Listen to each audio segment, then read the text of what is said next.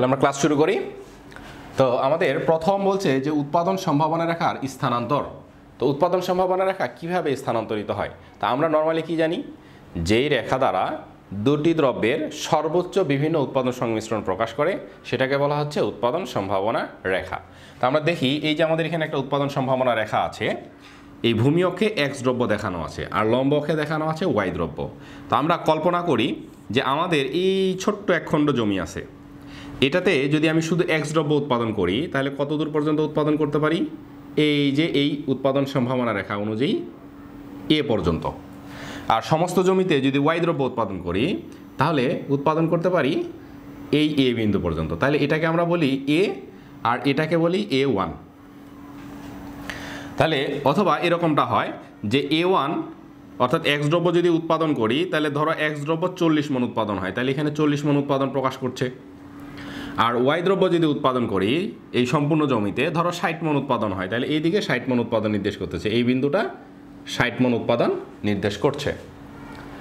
এখন আমরা যে প্রযুক্তিতে উৎপাদন করছিলাম, প্রযুক্তিটা যদি চেঞ্জ হয় এবং পূর্বের চেয়ে উৎপাদনশীলতা যদি অনেক বেশি বাড়ে, তোমরা বলতে পারো কিনা, তোমরা জানো কিনা, প্রায় বছর 10 আগে তেমন কিন্তু ধান বা চাল এগুলো তেমন উৎপাদন হতো না। 1 একর জমিতে উৎপাদনশীলতা কিন্তু অনেক কম ছিল।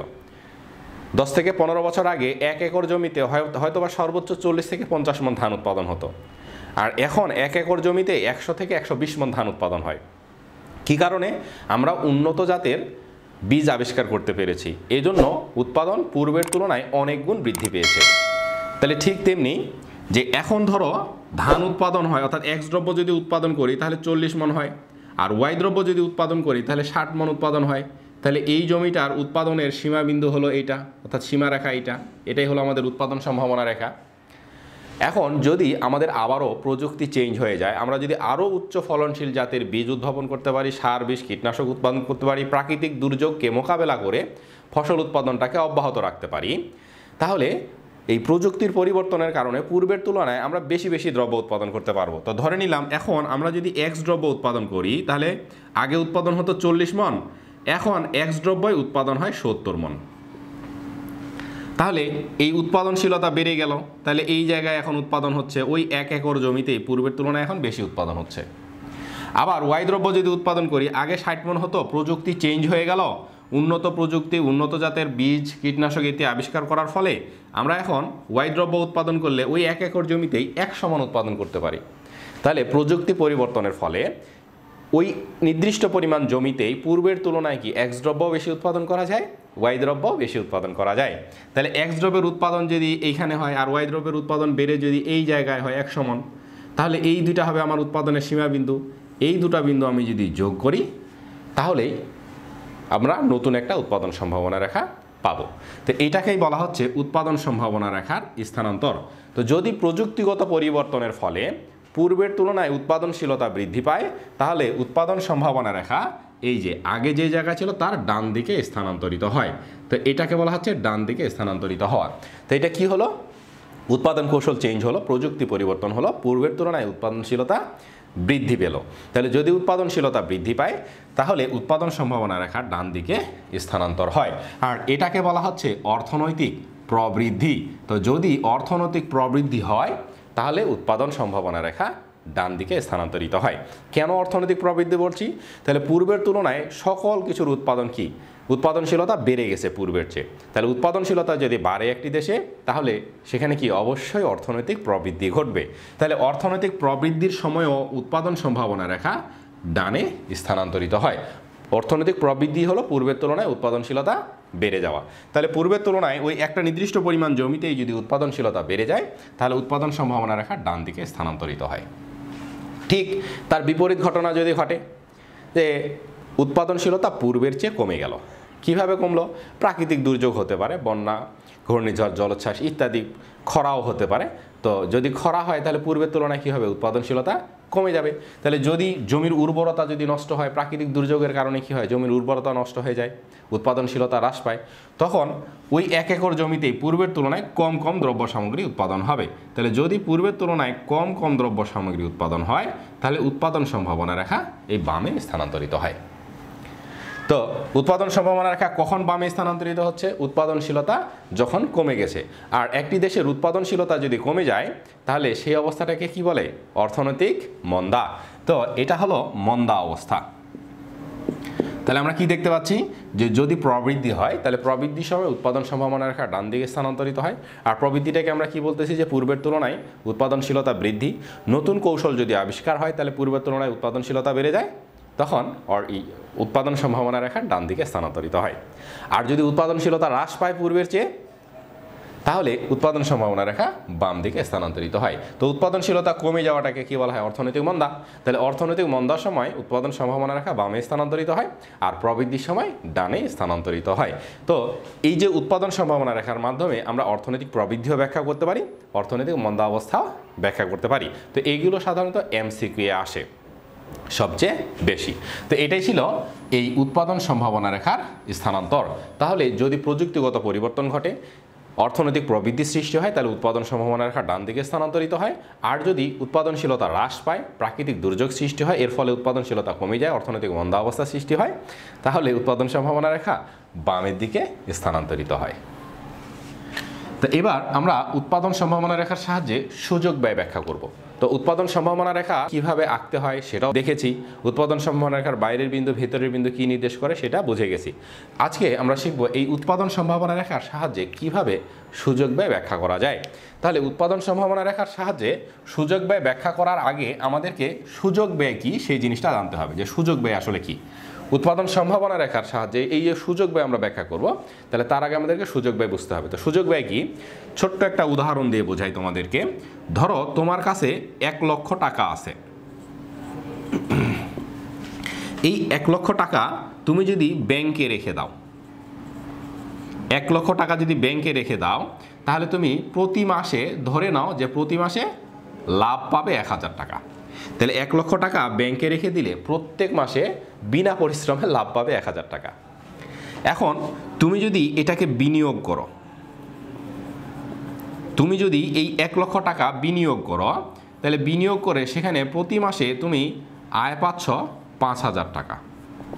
তবে বিনিয়োগ করলে আমাদেরকে কি করতে হয়? সাধারণত একটু পরিশ্রম করতে হয়। তাহলে 1 লক্ষ টাকা যখন ব্যাংকে রেখে দেব, তখন সেখান থেকে ইন্টারেস্ট অর্থাৎ লাভ আকারে পাবো 1000 টাকা। আর যখন আমি এটাকে বিনিয়োগ করব, সেখান থেকে পাচ্ছি 5000 টাকা। তাহলে স্বভাবতে আমরা কি করার চেষ্টা করব? সবাই বিনিয়োগ করার চেষ্টা করব। এখন বিষয় হলো যে আমার এই 1 লক্ষ টাকা যখন ছিল তখন আমি ব্যাংকে ফেলে রাখছিলাম। ব্যাংকে ফেলে রাখার কারণে আমি সেখান থেকে অনলি 1000 টাকা লাভ পাচ্ছিলাম। প্রতি মাসে 1000 টাকা লাভ পাচ্ছিলাম বিনা পরিশ্রমে। এখন আমি যদি বিনিয়োগ করি তাহলে আমাকে টাকাটা কি করতে হবে? উইথড্র করতে হবে। তো টাকাটা যদি উইথড্র করে নিয়ে এসে ইনভেস্ট করলাম, এখন আমি প্রতি মাসে 5000 টাকা পাচ্ছি। এখন এইটা কি আর পাবো? এইটা কিন্তু আর পাবো না। তাহলে আমি কি করলাম দেখো, আগে আমি 1000 টাকা পাচ্ছিলাম, তাহলে তার চেয়ে বেশি লাভের আশায়, তার চেয়ে বেশি প্রফিট উপার্জনের জন্য আমি কি করলাম? টাকাটা তুলে নিয়ে এসে বিনিয়োগ করলাম। বিনিয়োগ করে এখন আমি বেশি প্রফিট পাচ্ছি, 5000 টাকা প্রফিট পাচ্ছি, কিন্তু এই 1000 টাকা আর পাচ্ছি না। তাহলে এই 5000 টাকা উপার্জনের জন্য আমি এই টাকাটা কি আর পাচ্ছি না। এই টাকাটা আমি কি করলাম? ছেড়ে দিলাম। জানা থাকা সত্ত্বেও আমি ছেড়ে দিলাম। কেন? আমি তো এটা পাচ্ছিলামই। এই 5000 টাকা উপার্জনের জন্য আমি এই 1000 টাকা পরিত্যাগ করলাম, ছেড়ে দিলাম। তাহলে এই যে এইটা পাওয়ার জন্য, এটা যেহেতু ছেড়ে দিলাম, তাহলে কোনো একটা দ্রব্যের উৎপাদন বেশি পাওয়ার জন্য অপর দ্রব্যের উৎপাদন যেটা কমে যায় বা হ্রাস পায় বা ছেড়ে দিতে হয়, সেটাকে বলা হচ্ছে অপরচুনিটি কস্ট বা সুযোগ ব্যয়। সুযোগ ব্যয়ের ইংরেজি হলো অপরচুনিটি কস্ট। তাহলে আমি কি করলাম? ইনভেস্ট করে এই 5000 টাকা উপার্জন করতেছি। এখন এই 5000 টাকার জন্য এই 1000 টাকা আমি কি করছি? ছেড়ে দিয়েছি। তাহলে এই 5000 টাকার সুযোগ ব্যয় হলো এই 1000 টাকা। আবার তুমি যদি এখন ইনভেস্ট না করো, পরিশ্রম করতে চাচ্ছ না, তাহলে কি করবে? তুমি আবার টাকাটা ব্যাংকে রাখবে। তা আবার এবার যদি ব্যাংকে রাখো, এখন তুমি 1000 টাকা পাবে, তখন এই 5000 টাকা আর পাবে না। তাহলে তুমি এই 1000 টাকার জন্য 5000 টাকা ছেড়ে দিলা। তাহলে 1000 টাকার সুযোগ ব্যয় হলো এই 5000 টাকা। তাহলে কোন ক্ষেত্রে সুযোগ ব্যয় বেশি? ব্যাংকে রাখলে সুযোগ ব্যয় বেশি, আর বিনিয়োগ করলে সুযোগ ব্যয় কম। তাই প্রত্যেকটা ক্ষেত্রে একজন ব্যবসায়ী, একজন কৃষক, সব ক্ষেত্রে যদি অপরচুনিটি কস্ট হিসেব করতে পারে, তাহলে সেই ব্যক্তি বা সেই ব্যবসায়ী বা সেই কৃষক কখনোই কিন্তু লস করবে না। এই অপরচুনিটি অনেক গুরুত্বপূর্ণ একটা বিষয়।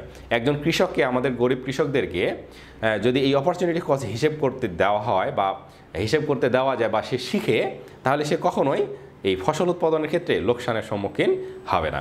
তো এই অপরচুনিটি কস্ট ভীষণ ভীষণ ইম্পর্টেন্ট একটা টপিকস। তাহলে আমরা কি বুঝলাম, যে কোনো একটা দ্রব্যের উৎপাদন যদি আমরা বেশি করতে চাই, তাহলে অপর দ্রব্যের একটা উৎপাদন কি করতে হবে, আমাকে অবশ্যই ছেড়ে দিতে হবে। তাহলে যেই দ্রব্যের উৎপাদন ছেড়ে দিতে হয় সেটাকে বলা হচ্ছে সুযোগ ব্যয়। আরও একটা উদাহরণ দিয়ে যদি আমরা দেখতে চাই, আরও একটা উদাহরণ দিয়ে দেখতে পারি, এরপরে আমরা চিত্রের মাধ্যমে ব্যাখ্যা করব।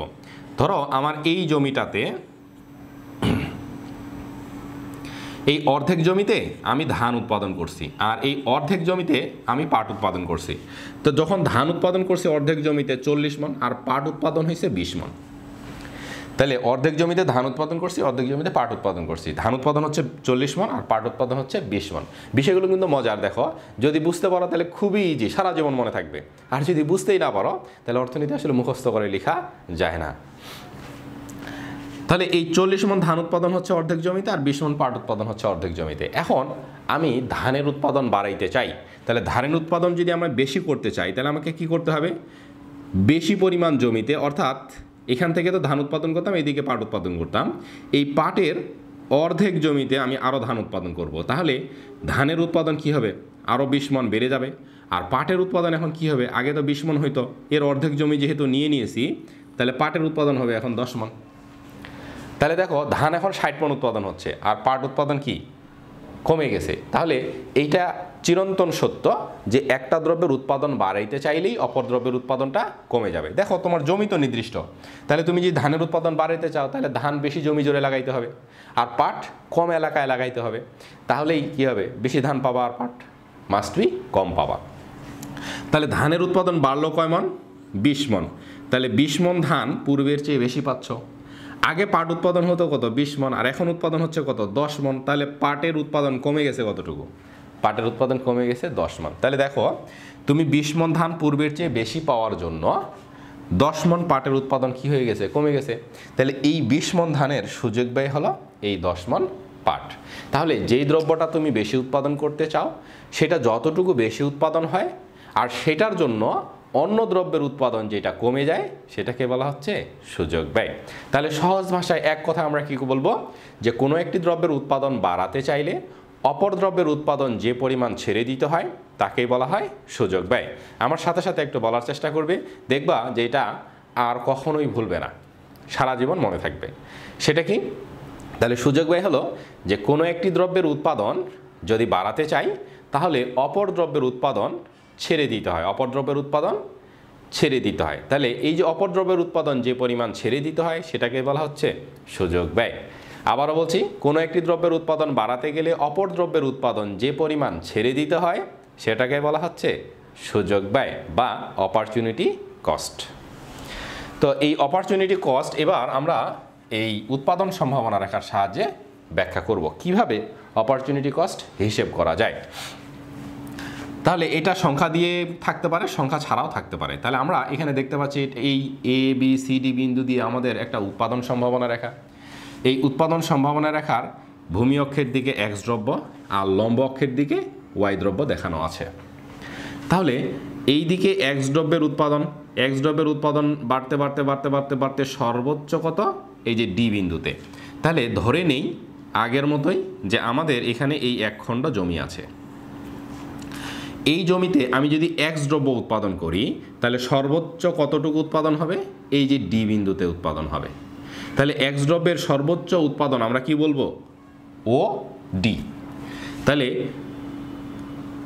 এক সমস্ত জমিতে যদি আমরা এক্স দ্রব্য উৎপাদন করি, তাহলে এক্স দ্রব্যের সর্বোচ্চ উৎপাদন হবে এই ডি বিন্দু পর্যন্ত। তাহলে এক্স দ্রব্যের সর্বোচ্চ উৎপাদন, এক্স দ্রব্যের সর্বোচ্চ উৎপাদন কত, ডি না বলে বলবো ওডি।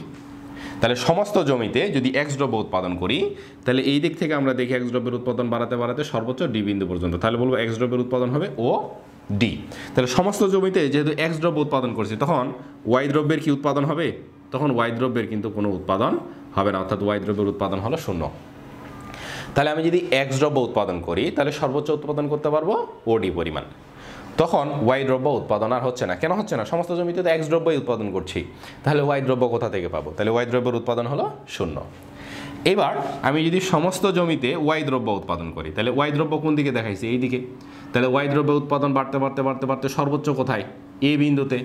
তাহলে সমস্ত জমিতে যদি আমি ওয়াই দ্রব্য উৎপাদন করি, তাহলে ওয়াই দ্রব্যের সর্বোচ্চ উৎপাদন হলো ও এ। তখন এক্স দ্রব্যের উৎপাদন কিন্তু 0। কেন? সমস্ত জমিতে এবার ওয়াই দ্রব্য উৎপাদন করছি, তখন তার এক্স দ্রব্য উৎপাদন করতে পারছি না। তাহলে একটু খেয়াল করো, যখন আমি সমস্ত জমিতে এক্স দ্রব্য উৎপাদন করতেছি, ধরে নিলাম 100 মণ পাচ্ছি, তখন কিন্তু আর ওয়াই দ্রব্য উৎপাদন করতে পারছি না। সমস্ত জমিতে যখন ওয়াই দ্রব্য উৎপাদন করতেছি, তখন ধরে নাও 120 মণ পাচ্ছি, এক্স দ্রব্য পাচ্ছি 100 মণ আর ওয়াই দ্রব্য পাচ্ছি আমরা 120 মণ। তাহলে এই 100 মণ যখন উৎপাদন করতেছি, তখন এই 120 মণ আর উৎপাদন করতে পারবো না। আবার যখন এই 120 মণ উৎপাদন করতেছি, তখন এই 100 মণ আর উৎপাদন করতে পারছি না। অর্থাৎ এইটা সম্পূর্ণ জমিতে উৎপাদন করলে এটা উৎপাদন করতে পারছি না, আর এটা উৎপাদন করতে গেলে এটা উৎপাদন হবে না। এর মানে দেখো সুযোগ ব্যয় হলো এটাই। এটা যখন উৎপাদন করতেছি, তাহলে এটা পারছি না, তার মানে এটা ছেড়ে দিতে হচ্ছে। তাহলে 100 মণ ধানের বা 100 মণ এক্স দ্রব্যের সুযোগ ব্যয় হবে 120 মণ ওয়াই দ্রব্য। আবার যদি ওয়াই দ্রব্যটাই উৎপাদন করি, তাহলে 120 মণ ওয়াই দ্রব্য উৎপাদন হচ্ছে, তখন আর এক্স উৎপাদন করতে পারছি না। তাহলে এই 120 মণের সুযোগ ব্যয় হবে এই 100 মণ। তাহলে এইটা উৎপাদন করলে সুযোগ ব্যয় হবে এটা, আর এটা উৎপাদন করলে সুযোগ ব্যয় হবে এটা। কোন বিন্দুতে? এই যে ডি বিন্দুতে আর এ বিন্দুতে। ধরে নাও ডি বিন্দুতে এই 100 মণ উৎপাদন হয়, আর এখানে উৎপাদন হয় 120 মণ। তার মানে সম্পূর্ণ জমিতে যদি আমি এক্স দ্রব্য উৎপাদন করি, তাহলে এক্স দ্রব্য উৎপাদন হয় কত? 100 অথবা ও ডি, তখন ওয়াই দ্রব্য উৎপাদন হচ্ছে না। আর সমস্ত জমিতে যদি ওয়াই দ্রব্য উৎপাদন করি, তাহলে 120 মণ হচ্ছে, অর্থাৎ ও এ, তখন আর এক্স উৎপাদন করতে পারছি না। তাহলে আমরা এখানে এই চিত্র অনুযায়ী কী বলবো? এই ওডির সুযোগ ব্যয় হবে ও এ, আর ও এ পরিমাণ যদি উৎপাদন করি, তাহলে সুযোগ ব্যয় হবে ও ডি। তাহলে আমরা কি লিখব? ডি বিন্দুতে আমরা যদি উৎপাদন করি, তাহলে এক্স দ্রব্য সর্বোচ্চ পরিমাণ উৎপাদন হয়, তখন ওয়াই উৎপাদন হয় না। আর এ বিন্দুতে যদি উৎপাদন করি, তাহলে ওয়াই দ্রব্য সর্বোচ্চ পরিমাণ ও এ উৎপাদন হয়, তখন আর এক্স দ্রব্য উৎপাদন হয় না। তাহলে আমি যদি ওডি পরিমাণ উৎপাদন করি এক্স দ্রব্য, তখন আমার সুযোগ ব্যয় হলো ওয়াই দ্রব্যের পরিমাণটা কতটুকু? ও এ। আবার আমি যদি ও এটাই উৎপাদন করি ওয়াই দ্রব্য, তখন আমার সুযোগ ব্যয় হবে এই ওডি পরিমাণ এক্স দ্রব্য। তো এটা হলো ডি বিন্দু আর এ বিন্দুর জন্য। এখানে আরও দুটো বিন্দু আছে, একটা হলো বি বিন্দু আর একটা হলো সি বিন্দু। এই বি বিন্দু এবং সি বিন্দুর সাহায্যে আমরা এই সুযোগ ব্যয়টা ব্যাখ্যা করতে পারি। তাহলে কিভাবে ব্যাখ্যা করতে পারি? বি বিন্দুর দিকে যদি তাকাই, তাহলে বি বিন্দু থেকে যদি নিচের দিকে তাকাই, তাহলে আমরা দেখতে পাচ্ছি কত? x1। তাহলে বি বিন্দু অনুযায়ী এক্স দ্রব্য উৎপাদন হয় কতটুকু? এই x1। তো x1 না বলে কি বলবো আমরা? ও x1। তাহলে প্রথমত হলো বি বিন্দুতে, তাহলে বি বিন্দুতে এক্স দ্রব্য কতটুকু উৎপাদন হয়? ও x1। এই যে ও x1 বলবো। তাহলে বি বিন্দু অনুযায়ী এই যে ওয়াই দ্রব্যের উৎপাদন কতটুকু হয়? তাহলে ওয়াই দ্রব্যের উৎপাদন হয় ও y1। তাহলে বি বিন্দুতে এক্স দ্রব্য উৎপাদন হয় ও x1, আর বি বিন্দু অনুযায়ী ওয়াই দ্রব্য উৎপাদন হয় ও y1। এবার আমি বি থেকে সিতে আসছি, আমার উৎপাদনটা চেঞ্জ করলাম, বি বিন্দু থেকে সি বিন্দুতে গেলাম। তাহলে সি বিন্দুতে যদি যাই, তাহলে সি বিন্দুতে গেলে কি হচ্ছে? সি বিন্দু অনুযায়ী এক্স দ্রব্যের উৎপাদন কত? এক্স দ্রব্যের উৎপাদন হলো এই যে x2। তাহলে সি বিন্দু অনুযায়ী এবার এক্স দ্রব্য উৎপাদন হয় কত? ও x2। x2 না বলে বলবো ও x2, সবসময় এখান থেকে বলবো। আচ্ছা, সি বিন্দু অনুযায়ী ওয়াই দ্রব্যের উৎপাদন কত? তাহলে এই দিক দিয়ে বলবো। তাহলে ওয়াই দ্রব্যের উৎপাদন হলো ও y2। এখন একটা জিনিস খেয়াল করো, বি বিন্দুতে এক্স দ্রব্য উৎপাদন হতো x1, এই সি বিন্দুতে আসার কারণে এক্স দ্রব্যের উৎপাদন হচ্ছে এখন x2। তাহলে এই যে এইটুকু উৎপাদন বেড়ে গেছে। আগে উৎপাদন হতো ও x1, এখন উৎপাদন হয় ও x2। তাহলে উৎপাদন বাড়লো কতটুকু? এই যে x1 x2 পরিমাণ, অর্থাৎ এইটুকু। তাহলে এক্স দ্রব্যের উৎপাদন কি? এক্স দ্রব্যের উৎপাদন বাড়ে, কতটুকু বাড়ে? x1 x2 পরিমাণ। এখন দেখো ওয়াই দ্রব্যের ক্ষেত্রে দেখো ওয়াই দ্রব্য আগে কত বি বিন্দুতে যখন ছিলাম ওয়াই দ্রব্য উৎপাদন হতো এই জায়গায়, সি বিন্দুতে আসার কারণে ওয়াই দ্রব্যের উৎপাদন হচ্ছে এখন এই জায়গায়। তাহলে আগে উৎপাদন হতো ও ওয়াই ওয়ান, এখন উৎপাদন হচ্ছে ও ওয়াই টু। তাহলে আগে উৎপাদন হতো কি বেশি, এখন উৎপাদন হচ্ছে কি কম। তাহলে এখন উৎপাদন হচ্ছে এত দূর পর্যন্ত, আগে উৎপাদন হতো এত দূর পর্যন্ত। তাহলে এইটুকু কি কম উৎপাদন হচ্ছে। তাহলে এইটুকুকে আমরা কি বলতে পারি, ওয়াই দ্রব্যের উৎপাদন কি কমে, কতটুকু, ওয়াই ওয়ান ওয়াই টু পরিমাণ। তো সুযোগ ব্যয়ের সংজ্ঞা কি বলছে, একটা দ্রব্যের উৎপাদন যদি বাড়াতে চাই তাহলে অপর দ্রব্যের উৎপাদন কি হবে, কমে যাবে। যেটুকু কমে যাবে বা যেটুকু ছেড়ে দিতে হবে সেটাই হলো সুযোগ ব্যয়।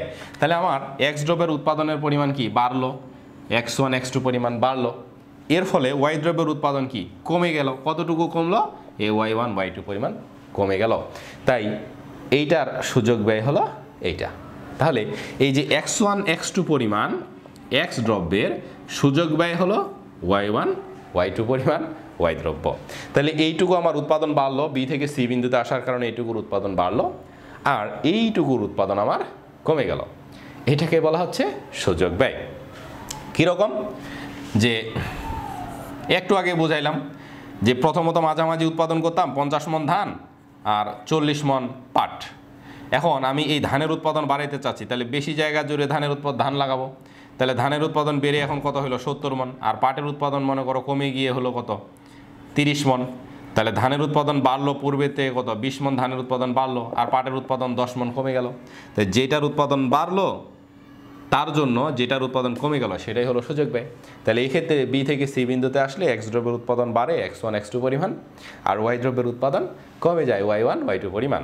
তাহলে এই যে এইটা বাড়লো এটার জন্য এইটা আমার কমে গেল, তাহলে এটা হলো সুযোগ ব্যয়। এটা কার সুযোগ ব্যয়, ওয়াই ওয়ান ওয়াই টুটা কার সুযোগ ব্যয়, এই এক্স ওয়ান এক্স টু পরিমাণ এক্স দ্রব্যের সুযোগ ব্যয়। তো এটাই আমাদেরকে জাস্ট এখন ব্যাখ্যা করতে হবে। তাহলে এটার সাহায্যে সুযোগ ব্যয় যখন ব্যাখ্যা করব তখন চিত্রটা অবশ্যই খাতায় আঁকবো। খাতায় এঁকে ফার্স্ট টাইম আমরা সুযোগ ব্যয় সংজ্ঞাটা লিখব, যে কোনো একটি দ্রব্যের উৎপাদন বাড়াতে গেলে অপর দ্রব্যের উৎপাদন যে পরিমাণ ছেড়ে দিতে হয় সেটাই হলো সুযোগ ব্যয়। এরপরে চিত্রের মাধ্যমে ব্যাখ্যা করা হলো। বর্ণনাটা আমি একটু বলে দেই, তোমাদের কাছে নোট দেওয়া থাকবে, আজকে ইনশাল্লাহ নোট দিয়ে দিব। তো ভূমি অক্ষে কি এক্স দ্রব্য আর লম্ব অক্ষে হলো ওয়াই দ্রব্য। তাহলে এই যে এ বি সি ডি বিন্দুর সমন্বয়ে যে রেখাটি আমরা পাই সেটা হলো উৎপাদন সম্ভাবনা রেখা। তো এই রেখাটাকে সংক্ষেপে বলা যায় কি, যে এ ডি হলো একটি উৎপাদন সম্ভাবনা রেখা। এখন কথা হচ্ছে তার আগে বলে দেই যে এই যে উৎপাদন সম্ভাবনা রেখা যখন সংখ্যা ছাড়াই তোমরা আঁকবা, উদ্দীপকে যখন দেওয়া থাকবে উদ্দীপকের আলোকে যখন সংখ্যা ছাড়াই আঁকবা তখন আসলে কিভাবে আঁকবা, খুবই সহজ একটা বিষয়। দেখো এই যে ভূমি অক্ষ আর লম্ব অক্ষ আঁকবা তোমরা, আঁকার পরে এই যে লম্ব অক্ষ আর ভূমি অক্ষ আঁকবা স্কেল পেন্সিল দিয়ে, আঁকার পরে এই রাউন্ড শেপে আগে এই উৎপাদন সম্ভাবনা রেখাটা এঁকে দিবা। যদি এঁকে দাও দেন দুইটা বিন্দু নির্বাচন করা, এটার নাম দিবা বি আর এটার নাম দিবা সি, আর এটার নাম কি আছে উদ্দীপকে এ আর এটার নাম কি আছে ডি, হয়ে গেল। এরপরে স্কেল বসাবা, এখান থেকে সোজা এদিকে দাগ টানবা, এখান থেকে সোজা এদিকে টানবা, এই সি বিন্দু থেকে সোজা এদিকে আর সি বিন্দু থেকে সোজা এদিকে। এখন কোথায় কি বিন্দু নাম আছে শুধু নামগুলো বসায় দাও। এটা হলো চিত্র আঁকার সবচেয়ে সহজ কৌশল, এর চেয়ে আর সহজ কৌশল নাই। আর তোমরা কি করো, ভূমি অক্ষ টানো লম্ব অক্ষ টানো, এরপরে এখান থেকে এদিকে রেখা এদিকে রেখা এদিকে রেখা এদিকে, তখন এই আঁকার সময় আর মিলাইতে পারো না যে কোথায় আসলে দেব। তো এই জন্য কী করবো আমরা, এই যে লম্ব অক্ষ আঁকবো ভূমি অক্ষ আঁকবো, আঁকার পরে আগে উৎপাদন সম্ভাবনা রেখাটা এঁকে দেবো, ব্যাস। তারপরে দুইটা বিন্দু দিব ইচ্ছা মতো, দিয়ে এই যে দাগ টানবো। তাহলে এখানে কি আছে এক্স ওয়ান বসাই দিলাম, এখানে আছে এক্স টু, এখানে আছে ওয়াই ওয়ান আর এখানে আছে ওয়াই টু, হয়ে গেল চিত্র, খুবই সহজে। তাহলে দেখো এবার চিত্রটা আমরা বর্ণনা কিভাবে করব। তাহলে প্রতি চিত্রের বর্ণনা শুরুতে কি থাকবে, যে চিত্রের ভূমি অক্ষে কি এবং লম্ব অক্ষে কি সেটা বর্ণনা করব। তাহলে এখানে চিত্রের ভূমি অক্ষে কি এক্স দ্রব্য আর লম্ব অক্ষে ওয়াই দ্রব্য। সংক্ষেপে বলবো এ ডি একটি উৎপাদন সম্ভাবনা রেখা। উৎপাদন সম্ভাবনা রেখার ডি বিন্দুতে আমরা যদি আমাদের সমস্ত সম্পদ শুধু এক্স দ্রব্য উৎপাদনে ব্যবহার করি, তাহলে এক্স দ্রব্য সর্বোচ্চ পরিমাণ উৎপাদন হয় কত, সংখ্যা যেহেতু থাকবে না তাহলে আমরা কি বলবো, সর্বোচ্চ পরিমাণ উৎপাদন হবে ওডি। তখন ওয়াই দ্রব্য উৎপাদন হবে না, ওয়াই দ্রব্যের উৎপাদন শূন্য। আবার সমস্ত সম্পদ যদি ওয়াই দ্রব্য উৎপাদনে ব্যবহার করি তাহলে ওয়াই দ্রব্য সর্বোচ্চ পরিমাণ উৎপাদন হবে ও এ, তখন এক্স দ্রব্যের উৎপাদন হবে না। তাহলে আমি যদি ওডি পরিমাণ এক্স দ্রব্য উৎপাদন করি তাহলে ও এ পরিমাণ ওয়াই দ্রব্য উৎপাদন করা সম্ভব নয়। তাই এই ওডি পরিমাণ এক্স দ্রব্যের সূচক ব্যয় হলো ওএ পরিমাণ ওয়াই দ্রব্য। আবার যদি আমি ওএটা উৎপাদন করি তাহলে বলবো যে ওএ পরিমাণ যদি ওয়াই দ্রব্য উৎপাদন করি তাহলে সূচক ব্যয় হবে ওডি পরিমাণ এক্স দ্রব্য। এরপরে আমরা যাব বি বিন্দুতে, তাহলে লিখবো যে বি বিন্দুতে এক্স দ্রব্যের উৎপাদনের পরিমাণ কত ও এক্স ওয়ান, আর ওয়াই দ্রব্যের উৎপাদনের পরিমাণ হলো ও ওয়াই ওয়ান।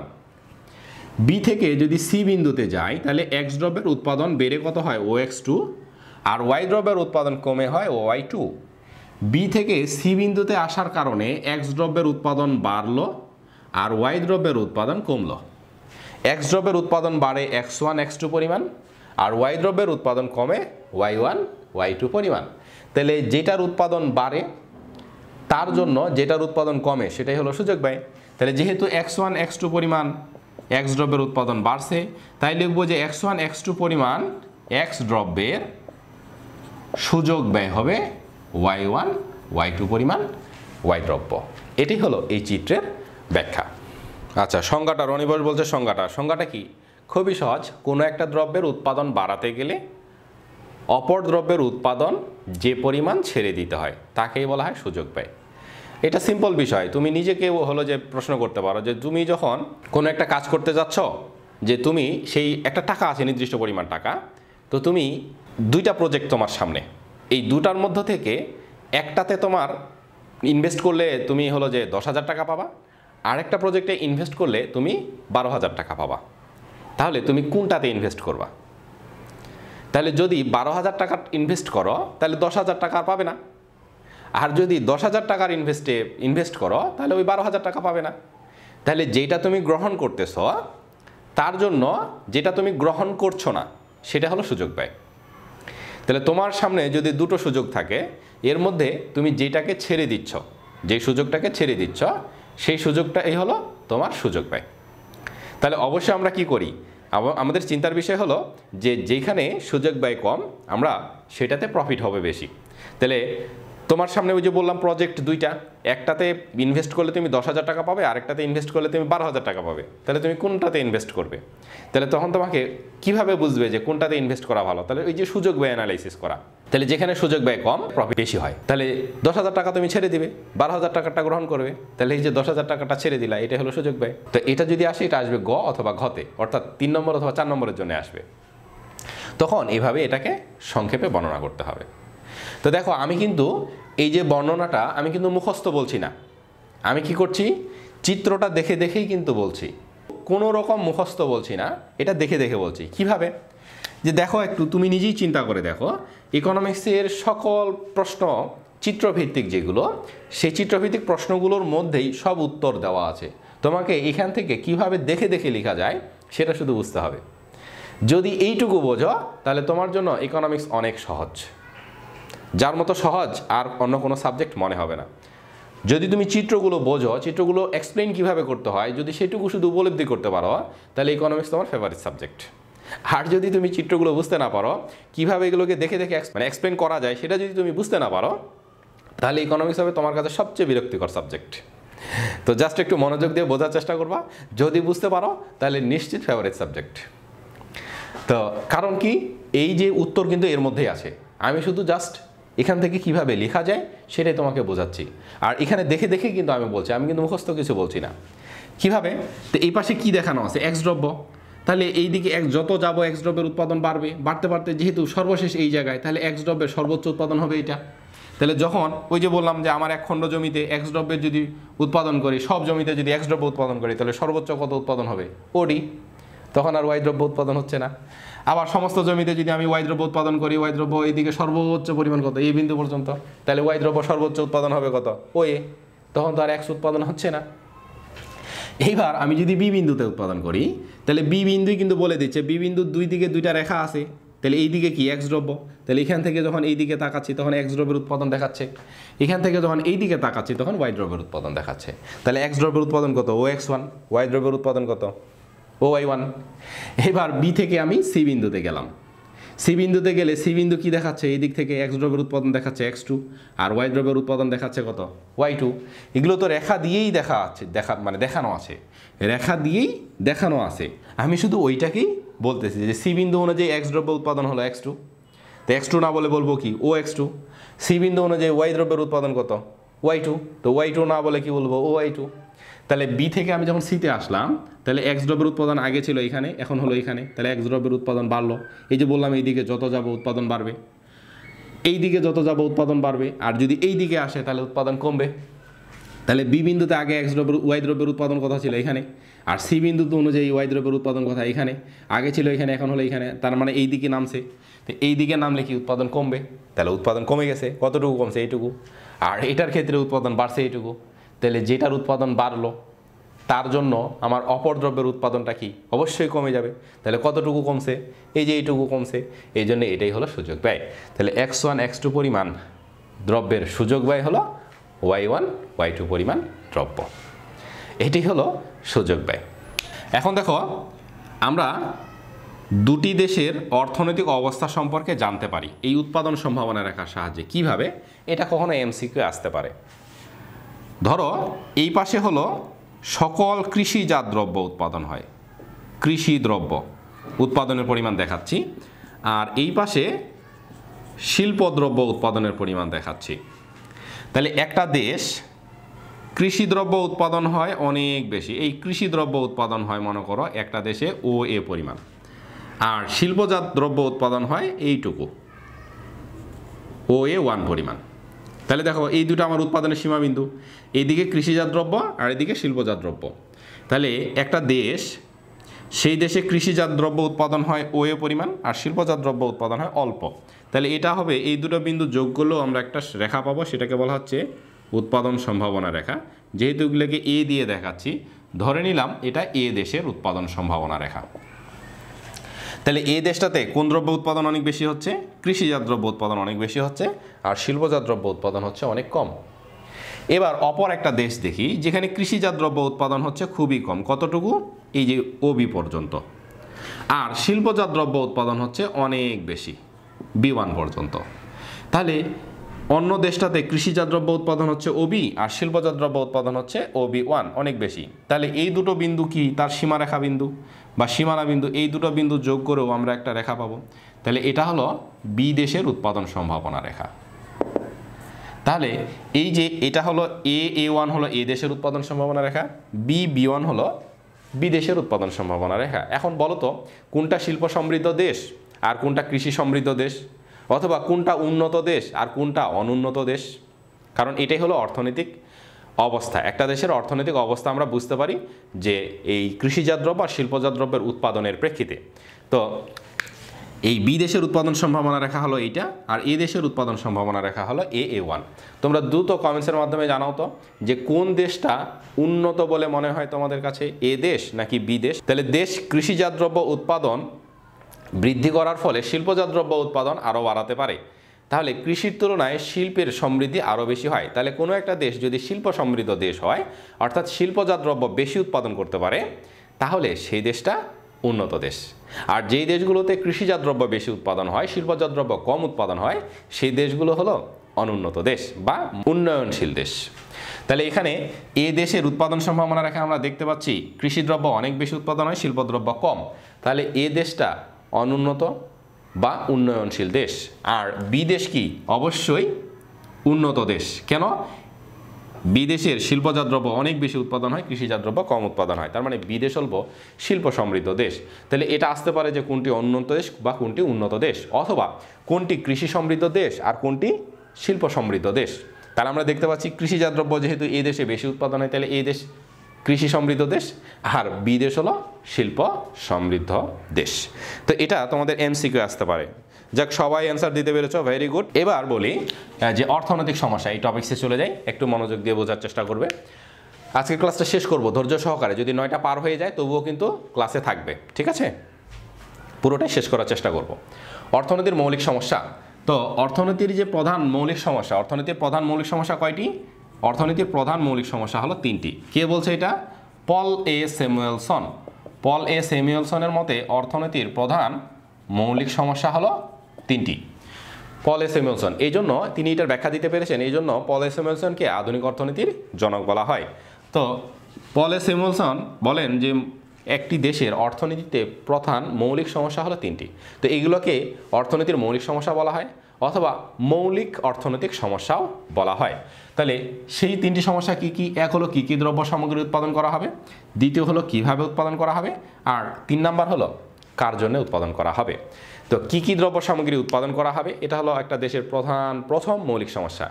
এরপরে কিভাবে উৎপাদন করা হবে এটা হলো দ্বিতীয় সমস্যা। আর কার জন্য উৎপাদন করা হবে বা উৎপাদিত দ্রব্যগুলোর বন্টন কিভাবে হবে এটা হলো তৃতীয় সমস্যা। তো এই সমস্যাগুলো যেই দেশ যত ভালো সমাধান করতে পারবে সেই দেশ তত দ্রুত উন্নতির দিকে ধাবিত হবে। তাহলে যেই দেশের যত সুন্দরভাবে সমাধান হবে এই সমস্যাগুলো সেই দেশ তত উন্নত হবে। আর যেই দেশ এই সমস্যাগুলো সমাধান করতে পারবে না সহজে সেই দেশের অর্থনৈতিক প্রবৃদ্ধিও কম হবে। তো অর্থনীতির মৌলিক সমস্যা আমরা কিন্তু সমাধান নিয়ে আলোচনা করব না, একটা জিনিস মাথায় রাখবা, আমরা শুধু সমস্যা নিয়ে আলোচনা করছি যে সমস্যাটা কি, সমাধান পরের বিষয়। তো আগে আমরা সমস্যাটা নিয়ে আলোচনা করছি। তাহলে অর্থনীতির প্রধান মৌলিক সমস্যা হলো তিনটি পল স্যামুয়েলসনের মতে।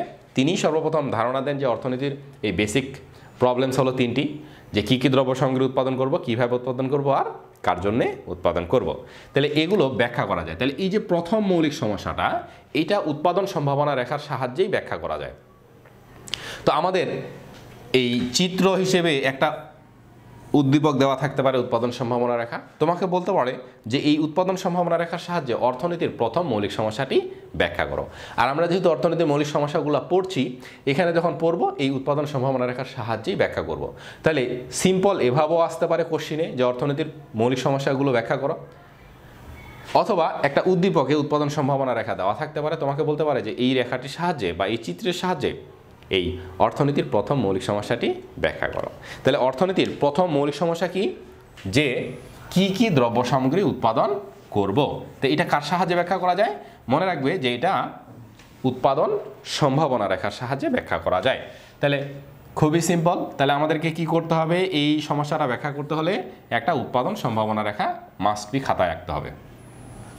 তাহলে আমরা এই যে আবারও দেখো চিত্র আঁকার কৌশল আমি কিভাবে আঁকছি, আমি কিন্তু হাত দিয়ে আঁকছি। তো এই পাশে হলো এক্স দ্রব্য আর এই পাশে হবে ওয়াই দ্রব্য। তাহলে এটার নাম দিলাম আমি এ বিন্দু, আর এখানে তাহলে আরও একটা বিন্দু নিব বি, এখানে আরও একটা বিন্দু নিব সি, আর এই বিন্দুটার নাম দিলাম আমরা ডি। তো একটা উৎপাদন সম্ভাবনা রেখা আঁকার জন্য এই যে এরকম অন্তত মাঝখানে দুইটা বিন্দু থাকা জরুরি। তুমি যখন নিজের মতো করে আঁকবে এই দুটো বিন্দু থাকা মাস্ট বি জরুরি। তাহলে বি বিন্দু অনুযায়ী দেখো আবারও এখান থেকে আমি স্কেল বসাই এদিকে দাগ দেবো, এখান থেকে এইদিকে দাগ দেবো, এখান থেকে এইদিকে দেবো, আর এখান থেকে এইদিকে দেবো। এখন বাকিগুলোতে যদি এই ABCDর জায়গায় যদি উদ্দীপকে PQRS দেওয়া থাকে তাহলে যেটা দেওয়া থাকবে তোমরা বিন্দুগুলোর নাম সেটাই দেবা, আর যদি দেওয়া না থাকে তাহলে তোমরা নিজেদের মতো করে এই বিন্দুগুলোর নাম বসাতে পারবা। তাহলে এই পাশে যেহেতু এক্স দ্রব্য তাহলে আমরা এটাকে x1 লিখি, আর এটাকে কি x2 লিখি। আর এই পাশে যেহেতু ওয়াই দ্রব্য তাই এটাকে y1 লিখবো আর এটাকে y2 লিখবো। তো এই যে অর্থনীতির মৌলিক সমস্যা কি কি দ্রব্য সামগ্রী উৎপাদন করব, এটা আমরা ব্যাখ্যা করছি। কিসের সাহায্যে ব্যাখ্যা করা যায়? উৎপাদন সম্ভাবনা রেখার সাহায্যে ব্যাখ্যা করা যায়। তো প্রথমত দেখো একটু বোঝার চেষ্টা করো খুব সহজে। আবারও আমরা এই ডি বিন্দু দিয়ে শুরু করতে পারি, এ বিন্দু দিয়েও শুরু করতে পারো ব্যাখ্যা, কোনো অসুবিধা নেই। তা আমরা দেখতে পাচ্ছি কি যে চিত্রে ভূমি অক্ষে কি এক্স দ্রব্য আর লম্ব অক্ষে ওয়াই দ্রব্য, এ ডি একটি উৎপাদন সম্ভাবনা রেখা। তাহলে ডি বিন্দুতে কি দেখতে পাচ্ছি? এইদিকে এক্স দ্রব্যের উৎপাদন, তার মানে ওই যে সবসময় জমি একটা নির্দিষ্ট হবে, উৎপাদন সম্ভাবনা রেখা মানেই জমি একটা নির্দিষ্ট, কৌশল একটা ফিক্সড। তো একটা নির্দিষ্ট জমিতে আমি যদি সব এক্স দ্রব্য উৎপাদনে ব্যবহার করি তাহলে এক্স দ্রব্য উৎপাদন হবে কত দূর পর্যন্ত? সর্বোচ্চ ডি পর্যন্ত। তার মানে এক্স দ্রব্যের উৎপাদন হবে সর্বোচ্চ ওডি পরিমাণ। তখন ওয়াই দ্রব্যের উৎপাদন কি? 0। তাহলে এটা কোন বিন্দু নির্দেশ করতেছে? এটা নির্দেশ করতেছে ডি বিন্দু। তো ডি বিন্দু কি নির্দেশ করতেছে? এক্স দ্রব্যের সর্বোচ্চ উৎপাদন হয় ওডি পরিমাণ আর ওয়াই দ্রব্যের উৎপাদন হয় 0। তো এগুলো সংখ্যাও থাকতে পারে, ওডির জায়গায় 100 থাকতে পারে। তাহলে এক্স দ্রব্যের সর্বোচ্চ উৎপাদন কি 100 আর ওয়াই দ্রব্যের উৎপাদন কি 0। এরপরে তুমি এ বিন্দুতে যাও, তাহলে এ বিন্দুতে যদি যাই তাহলে এ বিন্দুতে ওয়াই দ্রব্যের সর্বোচ্চ উৎপাদন কি ওএ, তখন এক্স দ্রব্যের উৎপাদন 0। এটা কোথায়? এ বিন্দুতে। তাহলে দেখো এ বিন্দুতে আমরা সমস্ত জমিতে যদি ওয়াই দ্রব্য উৎপাদনে ব্যবহার করি তাহলে ওয়াই দ্রব্য সর্বোচ্চ কতটুকু উৎপাদন হবে? এ পর্যন্ত। তার মানে ওয়াই দ্রব্যের সর্বোচ্চ উৎপাদন হবে ওএ, তখন এক্স দ্রব্যের উৎপাদন কি আর হবে? এক্স দ্রব্যের উৎপাদন হবে না। তার মানে দেখো ডি বিন্দুতে এক্স দ্রব্যের সর্বোচ্চ উৎপাদন পাওয়া যায়, তখন ওয়াই দ্রব্যের উৎপাদন শূন্য, ওয়াই দ্রব্য একটা উৎপাদন হয় না। কেন? সমস্ত জমিতে শুধু এক্স দ্রব্য উৎপাদন করছি। আচ্ছা, এই বিন্দুতে যদি দেখি তাহলে ওয়াই দ্রব্যের উৎপাদন হয় ওয়ে পরিমাণ, তার মানে ওয়াই দ্রব্যের সর্বোচ্চ উৎপাদন হয়, তখন কিন্তু এক্স দ্রব্য উৎপাদন হচ্ছে না। কেন? সমস্ত জমিতে শুধু ওয়াই দ্রব্যই উৎপাদন করছি, তাহলে এক্স দ্রব্যের উৎপাদন কী হবে? শূন্য। এবার তুমি বি বিন্দুর দিকে তাকাও। তো বি বিন্দুর দিকে তাকালে আমরা কি দেখতে পাচ্ছি যে কিছু জমিতে এক্স দ্রব্য আর কিছু জমিতে ওয়াই দ্রব্য উৎপাদন করা হয়েছে। তাহলে বি বিন্দুর দিকে যদি তাকাই তাহলে এক্স দ্রব্যের উৎপাদন কত? ও এক্স ওয়ান, আর ওয়াই দ্রব্যের উৎপাদন হলো ও ওয়াই ওয়ান। এই যে বি বিন্দুতে তাহলে এক্স দ্রব্যের উৎপাদন ও এক্স ওয়ান আর ওয়াই দ্রব্যের উৎপাদন ও ওয়াই ওয়ান। যদি সি বিন্দুতে উৎপাদন করি তাহলে কি হয় দেখো, সি বিন্দুতে যদি উৎপাদন করি তাহলে বলো তো এক্স দ্রব্যের উৎপাদন কত হয়? সি বিন্দু অনুযায়ী এক্স দ্রব্যের উৎপাদন কত হয়? কত হয়? এক্স দ্রব্যের উৎপাদন হয় ও এক্স টু। সি বিন্দু অনুযায়ী ওয়াই দ্রব্যের উৎপাদন কত হয়? তাহলে ওয়াই দ্রব্যের উৎপাদন হয় কি? ও ওয়াই টু। এই যে আমরা চারটা বিন্দু পাইলাম, চারটা বিন্দুতে দুটো দ্রব্যের অনেকগুলো সংমিশ্রণ প্রকাশ করছে। ডি বিন্দুতে শুধু এক্স দ্রব্য উৎপাদন হয়, ওয়াই দ্রব্য উৎপাদন হয় না। এ বিন্দুতে শুধু ওয়াই দ্রব্য উৎপাদন হয়, এক্স দ্রব্য উৎপাদন হয় না। বি বিন্দুতে এক্স এবং ওয়াই দুটোই উৎপাদন করি, কিন্তু এক্স দ্রব্য উৎপাদন হয় কম আর ওয়াই দ্রব্য উৎপাদন হয় বেশি। এক্স দ্রব্য কি? ও এক্স ওয়ান, আর ওয়াই দ্রব্য হয় ও ওয়াই ওয়ান। তার মানে এক্স একটু কম হয় আর ওয়াই হয় বেশি। যদি সি বিন্দুতে আসি তাহলে দেখো এবার এক্স দ্রব্য হচ্ছে ও এক্স টু, পূর্বের তুলনায় বেশি, আর ওয়াই দ্রব্য কিন্তু কম। তার মানে সি বিন্দুতে গেলে এক্স বেশি হচ্ছে আর ওয়াই দ্রব্য উৎপাদন কম হচ্ছে। এখন বলো তো তোমরা কোন বিন্দুতে উৎপাদন করবে? এ বি সি ডি যে চারটা বিন্দু আছে, এই চারটা বিন্দুর কোন বিন্দুতে উৎপাদন করবে? দ্রুত কমেন্টসের মাধ্যমে জানাও। এই চারটা বিন্দুর কোন বিন্দুতে তোমরা উৎপাদন করবে? এটা সঠিক উত্তর যে বলতে পারবে তার জন্য গিফট আছে, সে কিন্তু একজন অর্থনীতিবিদ হয়ে যাবে। বলো দেখি কে কোন বিন্দুতে উৎপাদন করবে? দ্রুত বলো, বা কোন বিন্দুতে উৎপাদন করা উচিত, কোন বিন্দুতে উৎপাদন করবে? রনি বলছে সি, মাসুম বলছে সি, নুসরাত বলছে সি, সেলিমা বলছে সি, শামীম হৃদয় বলছে বি, ইসরাত এমা বলছে সি। আচ্ছা, সি কেন, এটা কি বলতে পারো? সিতে কেন উৎপাদন করব? আমার প্রশ্ন হলো যে কোন বিন্দুতে উৎপাদন করব। তো সবাই উত্তর দিয়েছে সি, শামীম বলছে বি, কেন বিতে উৎপাদন করব, আর মাসুম বলছে এ বি সি ডি, চারটিতেই। হ্যাঁ, মাসুমের উত্তরটা কিছুটা নেওয়া যায় যে এ বি সি ডি আমরা চারটাতেই উৎপাদন করতে পারি, আমরা চারটাতে উৎপাদন করব, কিন্তু একই সাথে চারটাতে উৎপাদন করা যায় না। আমি যদি এতে উৎপাদন করি তাহলে বিতে ডিতে পারবো না, যদি ডিতে উৎপাদন করি তাহলে তো এতে পারবো না, অপরচুনিটি কস্ট। যদি বিতে উৎপাদন করি তাহলে সিতে পারবো না, সিতে উৎপাদন করলে বিতে পারবো না, মানে যে কোনো একটা যদি গ্রহণ করি তাহলে অপরগুলো আর গ্রহণ করতে পারবো না। তাহলে আসলে কোন বিন্দুতে উৎপাদন করব? তো এই যে আমরা ডিসিশনেই নিতে পারবো না যে কোন বিন্দুতে উৎপাদন করতে পারবো, অর্থাৎ এ বিন্দুতে উৎপাদন করব না বি বিন্দুতে উৎপাদন করব না সি বিন্দুতে না ডি বিন্দুতে উৎপাদন করব, কোন বিন্দুতে উৎপাদন করব, এটাই হলো অর্থনীতির বেসিক প্রবলেম। এটাই হলো অর্থনীতির প্রথম মৌলিক সমস্যা, যে কোন দ্রব্য বা কি কি দ্রব্য সামগ্রী উৎপাদন করব, বা কোন দ্রব্য কি পরিমাণে উৎপাদন করব। তো আমি যদি ডিতে উৎপাদন করি তাহলে শুধু এক্স উৎপাদন হয়, ওয়াই তো উৎপাদন হয় না। তো আমার দেশে তো দুটো দ্রব্যেরই প্রয়োজন থাকতে পারে, তাহলে আমি কি ডি বিন্দুতে উৎপাদন করতে পারবো? পারবো না। যদি এ বিন্দুতে উৎপাদন করি তাহলে ওয়াই উৎপাদন হয়, তখন কিন্তু আর এক্স উৎপাদন হয় না। কিন্তু আমার দেশে তো দুটোই প্রয়োজন হতে পারে, তাহলে আমি কি এ বিন্দুতে উৎপাদন করতে পারবো? পারবো না। আচ্ছা, আমি বি বিন্দুতে উৎপাদন করছি, এক্স কম কিন্তু ওয়াই বেশি। তো বি বিন্দুতে উৎপাদন করলে কি আমার হবে? আমার যদি ওয়াই কম দরকার হয় আর এক্স বেশি দরকার হয়, তাহলে আমি কিন্তু বি বিন্দুতে উৎপাদন করতে পারবো না।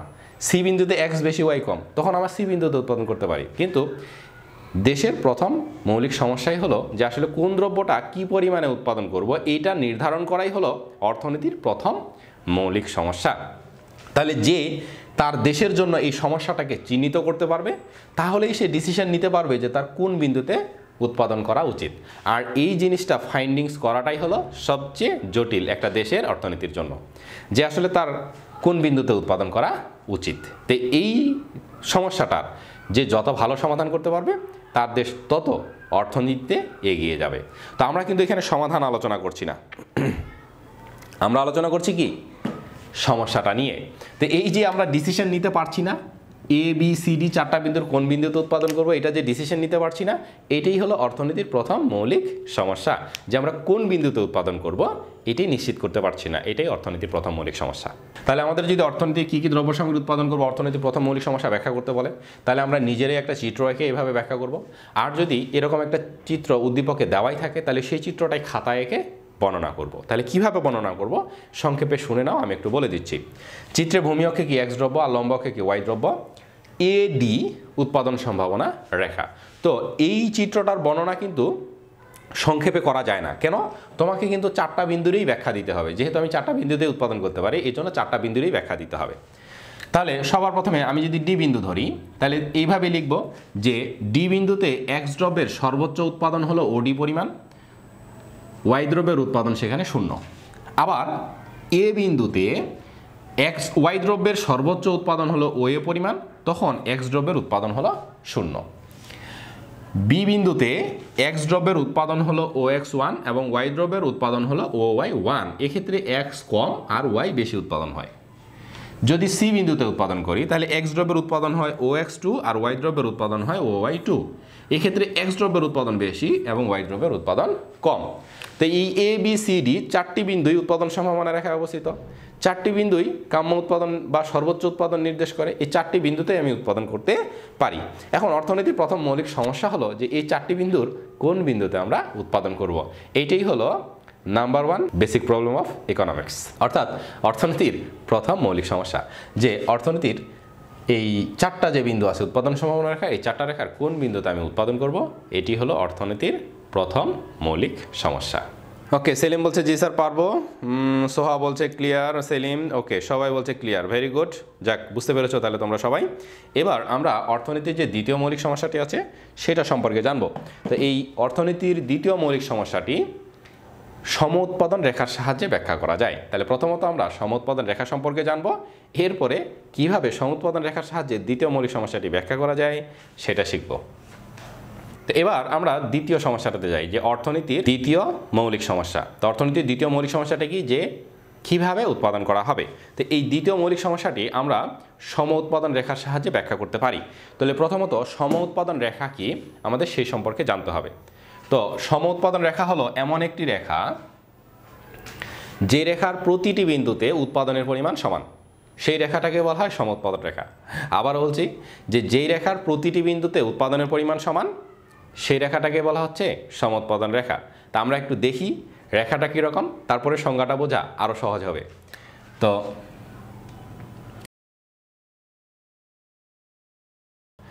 তো একটা জিনিস বারবার বলি, আমি যখন বোর্ডে চিত্রগুলো আঁকবো তোমরা শুধু জাস্ট আমাকে ফলো করবা, তাহলে কিন্তু চিত্র সবার আগে সবচেয়ে ভালোভাবে আঁকতে পারবা। আমি কিভাবে আঁকছি শুধু জাস্ট এটুকু ফলো করবা। চিত্র যখন আমি আঁকবো তখন জাস্ট একটু কনসেন্ট্রেশনটা বেশি দিবা, তাহলে দেখবা যে তোমাদের কাছে চিত্রগুলো পানির মতো সহজ হয়ে গেছে যে কিভাবে আঁকা যায়। তাহলে আমি কি করলাম, একটা লম্ব অক্ষ একটা ভূমি অক্ষ আঁকলাম। সম উৎপাদন রেখাটা জাস্ট এরকম বাঁকা চাঁদের মতো হয়। আমরা ঈদের সময় যে চাঁদ দেখতে পাই প্রথম দিন, ঠিক এরকম চাঁদের মতো হয়। এটাই হলো সম উৎপাদন রেখা। তো এই সম উৎপাদন রেখার এই ভূমি অক্ষের দিকে দেখানো হয় শ্রমিকের পরিমাণ, আর লম্ব অক্ষের দিকে দেখানো হয় মূলধন বা যন্ত্রপাতির পরিমাণ। তো এই যে সম উৎপাদন রেখা, এই রেখার এখানে একটা বিন্দু নির্বাচন করি আমরা, এখান থেকে এই দিকে একটা দাগ দেই।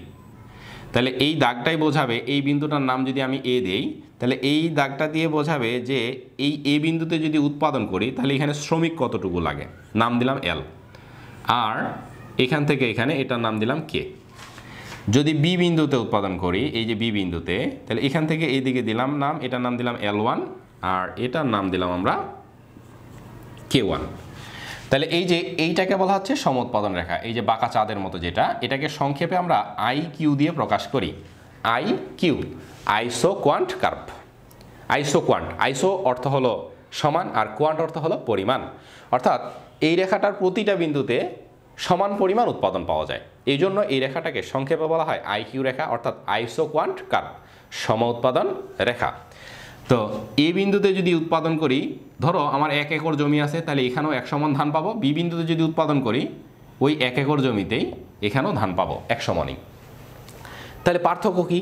পার্থক্য হলো যে আমরা উৎপাদনটাকে দুইভাবে ব্যবহার করতে পারি বা উৎপাদন দুইভাবে করতে পারি। উৎপাদনের কৌশল আছে দুইটি, একটাকে বলা হয় মূলধন নিবিড় কৌশল, আরেকটাকে বলা হয় শ্রম নিবিড় কৌশল।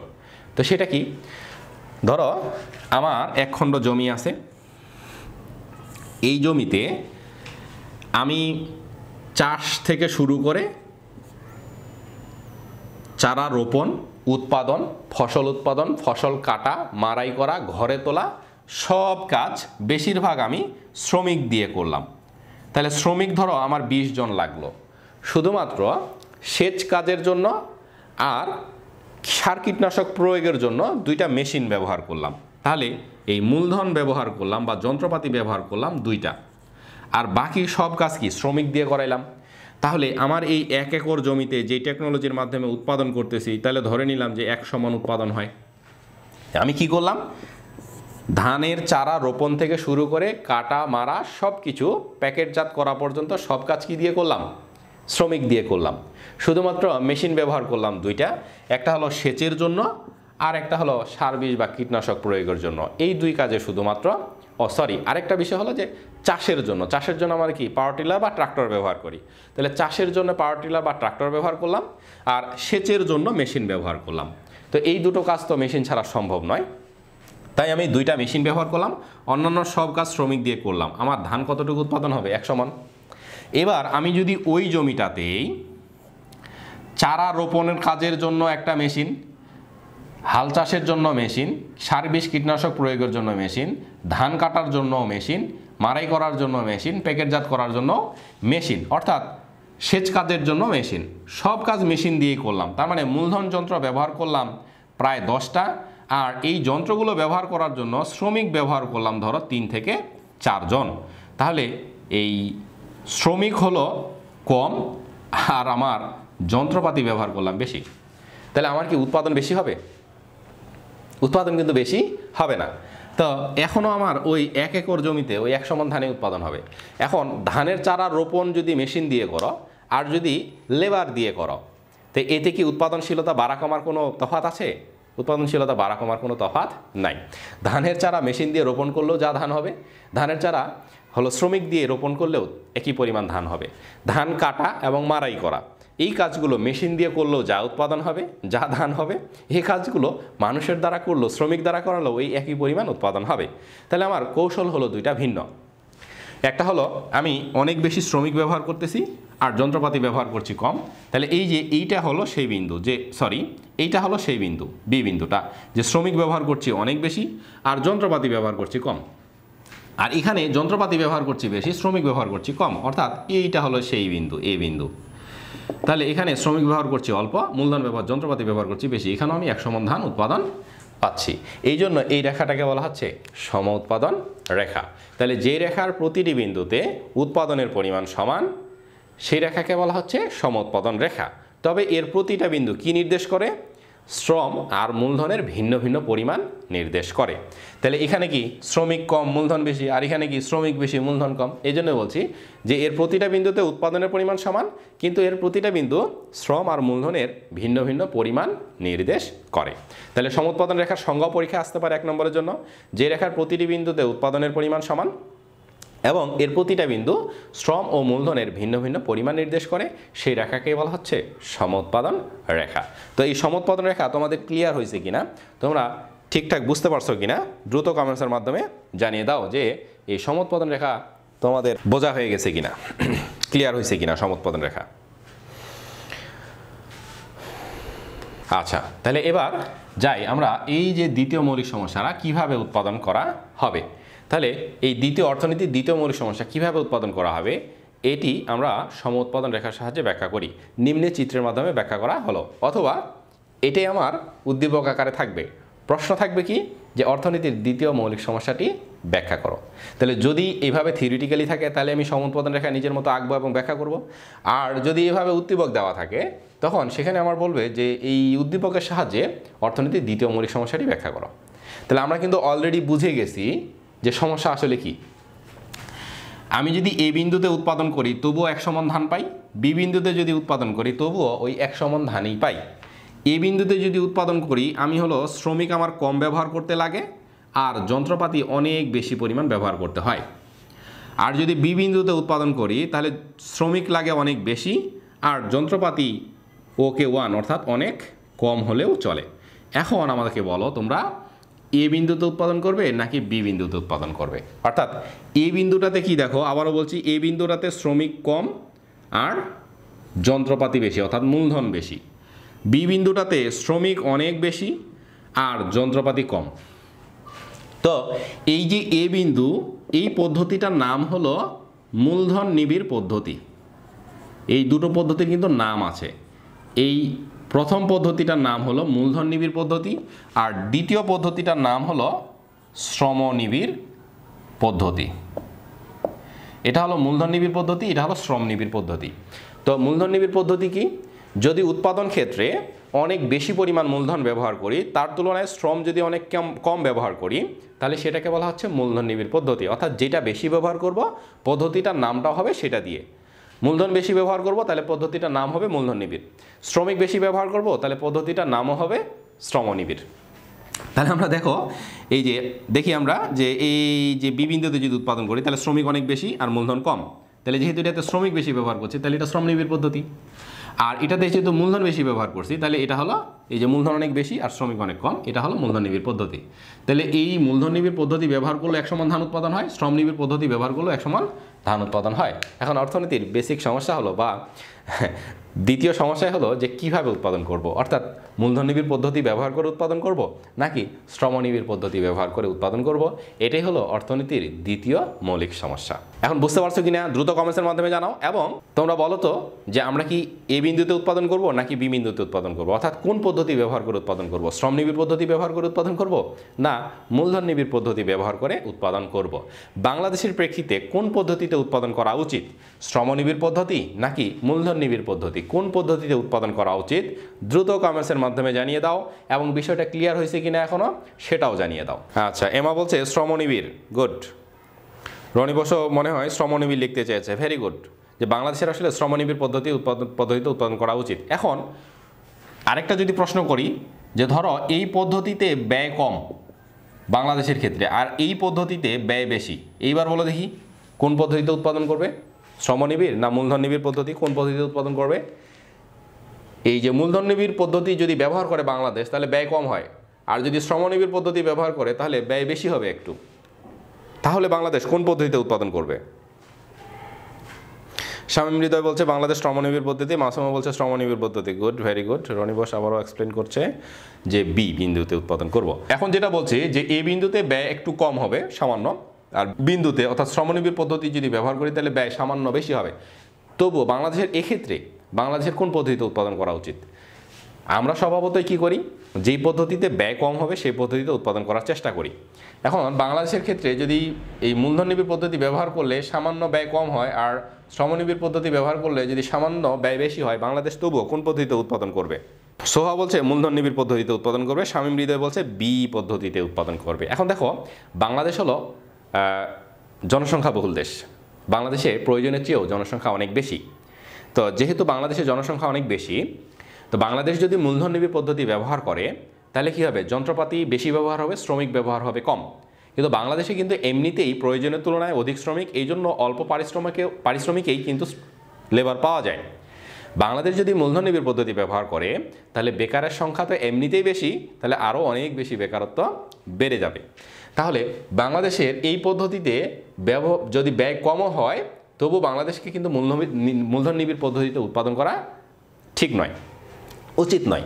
বাংলাদেশে কিন্তু শ্রম নিবিড় পদ্ধতি ব্যবহার করেই উৎপাদন করা উচিত। এজন্যই বাংলাদেশের যত ধরনের গার্মেন্টস ফ্যাক্টরি আছে মহিলা শ্রমিক সবচেয়ে বেশি কাজে লাগানো হয়, কারণ শ্রম নিবিড় পদ্ধতিতে উৎপাদন ব্যয়টা কম হয়, আর যত বেশি শ্রমিক নিয়োজিত হবে দেশের মানুষের আয় বাড়বে, বেকারত্ব কমবে, দারিদ্রতার হার হ্রাস পাবে। তো এই জন্য বাংলাদেশের মতো উন্নয়নশীল দেশে যেগুলোতে জনসংখ্যা অনেক বেশি সেগুলোতে এই শ্রম নিবিড় পদ্ধতি ব্যবহার করেই উৎপাদন করা উচিত। এখন আমরা কিন্তু সমস্যা নিয়ে আলোচনা করছি, হ্যাঁ, আমাদেরকে বলছে যে দ্বিতীয় সমস্যাটি ব্যাখ্যা করো, সমাধান নিয়ে কিন্তু আলোচনা করতে বলেনি, তবুও আমরা একটু সমাধান নিয়ে আলোচনা করলাম। তার কারণ হলো সমাধান নিয়ে যদি আলোচনা করি তাহলে বিষয়টা বা কনসেপ্টটা ক্লিয়ার হয় আরও বেশি। কিভাবে দ্রব্য সামগ্রী উৎপাদন করা হবে এটা যখন আসবে তখন আমরা কিভাবে ব্যাখ্যা করব? একই পদ্ধতিতে, খুবই সহজ, একটু বোঝার চেষ্টা করো, শুধু এটা দেখে দেখেই বলবো। চিত্রে ভূমি অক্ষে শ্রম, লম্ব অক্ষে মূলধন। তাহলে ভূমি অক্ষে যদি শ্রম হয়, লম্ব অক্ষে মূলধন। আইকিউ হলো একটি সমোৎপাদন রেখা, আইকিউ সমোৎপাদন রেখা, এর প্রতিটি বিন্দুতে উৎপাদনের পরিমাণ সমান। চিত্রের এ বিন্দু হলো মূলধন নিবিড় বিন্দু, আর বি বিন্দু হলো শ্রমনিবিড় বিন্দু। এ বিন্দু তো 100 একক এবং বি বিন্দুতেও 100 একক উৎপাদন সম্ভব, অর্থাৎ দুইটি বিন্দুতেই উৎপাদনের পরিমাণ সমান। পরিমাণগুলো যদি দেওয়া থাকে ভালো, যদি না দেওয়া থাকে সমস্যা নাই, তাহলে বলবো শুধু যে দুটি বিন্দুতে উৎপাদনের পরিমাণ সমান। এ বিন্দুতে ওএল পরিমাণ শ্রম এবং ওকে পরিমাণ মূলধন ব্যবহার করা হয়। এক্ষেত্রে শ্রম কি ওএল পরিমাণ আর মূলধন হলো ওকে। তাহলে দেখো তো ওকে বাই ও এল, অর্থাৎ মূলধন উপরে আর শ্রমটা নিচে, তাহলে মূলধনের পরিমাণ বেশি, শ্রমের পরিমাণ কম। তাহলে মূলধনের পরিমাণ অর্থাৎ ওকে, উপরের সংখ্যাটা বড় নিচের সংখ্যাটা ছোট, তাহলে এই ভাগফলটা কি 1-এর চেয়ে বেশি হবে। তাহলে এটা হলো মূলধন নিবিড় পদ্ধতি। তাহলে চিত্রে এ বিন্দুতে ওএল পরিমাণ শ্রম এবং ওকে পরিমাণ মূলধন ব্যবহার করে উৎপাদন করা হয়। এক্ষেত্রে শ্রমের পরিমাণ কম, মূলধনের পরিমাণ অনেক বেশি, তাই এ বিন্দু হলো মূলধন নিবিড় পদ্ধতি নির্দেশ করে। বি বিন্দুতে শ্রমের পরিমাণ হলো OL1 আর মূলধনের পরিমাণ হলো OK1। এক্ষেত্রে শ্রমের পরিমাণ বেশি, মূলধনের পরিমাণ কম। বি বিন্দু হলো শ্রমনিবিড় পদ্ধতি নির্দেশ করে। তাহলে এ বিন্দু মূলধন নিবিড় পদ্ধতি নির্দেশ করে, বি বিন্দু শ্রমনিবিড় পদ্ধতি নির্দেশ করে। এই মূলধন নিবিড় পদ্ধতিতে অর্থাৎ এ বিন্দুতেও যে পরিমাণ উৎপাদন হয়, শ্রমনিবিড় পদ্ধতিতে অর্থাৎ বি বিন্দুতেও একই পরিমাণ উৎপাদন হয়। এখন অর্থনীতির মৌলিক সমস্যা হলো যে সে এ বিন্দু এবং বি বিন্দুর কোন বিন্দুতে উৎপাদন করবে, অর্থাৎ কোন পদ্ধতিতে উৎপাদন করবে বা কিভাবে উৎপাদন করবে। শ্রম নিবিড় পদ্ধতি ব্যবহার করে উৎপাদন করবে না মূলধন নিবিড় পদ্ধতি ব্যবহার করে উৎপাদন করবে, এটি হলো অর্থনীতির দ্বিতীয় মৌলিক সমস্যা। তো এভাবে আমরা শুধু ব্যাখ্যা করব। তাহলে চিত্রে ভূমি অক্ষে শ্রম, লম্ব অক্ষে মূলধন। আই কিউ হলো সমুৎপাদন রেখা, এই রেখার প্রতিটি বিন্দুতে উৎপাদনের পরিমাণ সমান। এ বিন্দুতে ওএল পরিমাণ শ্রম এবং ওকে পরিমাণ মূলধন এর সমন্বয়ে উৎপাদন করা হয়। এখানে শ্রমিক কম, মূলধন বেশি, তাই এই পদ্ধতিটাকে বলা হচ্ছে মূলধন নিবিড় পদ্ধতি। বি বিন্দুতে OL1 পরিমাণ শ্রম এবং OK1 পরিমাণ মূলধন ব্যবহার করে উৎপাদন করা হয়। এক্ষেত্রে শ্রমের পরিমাণ বেশি, মূলধনের পরিমাণ কম। তো এখানে যেহেতু শ্রমের পরিমাণ বেশি, তাহলে বি বিন্দুটি হলো শ্রমনিবিড় পদ্ধতি নির্দেশ করে। আর এই দুই পদ্ধতিতেই উৎপাদনের পরিমাণ সমান। এখন অর্থনীতির মৌলিক সমস্যা হলো কিভাবে উৎপাদন করবে, এ বিন্দু না বি বিন্দুতে উৎপাদন করবে, অর্থাৎ এই মূলধন নিবিড় কৌশল ব্যবহার করে উৎপাদন করবে না শ্রমনিবিড় কৌশল ব্যবহার করে উৎপাদন করবে, এটি হলো অর্থনীতির দ্বিতীয় মৌলিক সমস্যা। আচ্ছা, রনি বলছে ব্যাখ্যাগুলোর PDF দিয়েন। হ্যাঁ, পেয়ে যাবা তোমরা। দেখি আজকে ক্লাস শেষ করার পরে তোমাদের সব PDF দিতে পারি কিনা। তাহলে এবার আমরা কি করব, এই যে দ্বিতীয় মৌলিক সমস্যাটি দেখছি বা সমুৎপাদন রেখা দেখছি, এখান থেকে কিভাবে সৃজনশীল কোশ্চিন হয় সেই কোশ্চিন নিয়ে ব্যাখ্যা করব এবার, অর্থাৎ সেই কোশ্চিনগুলো নিয়ে আলোচনা করব। এই যে উৎপাদনের কৌশল ব্যাখ্যা, এই প্রশ্নও কিন্তু আমরা উত্তর পেয়ে গেছি।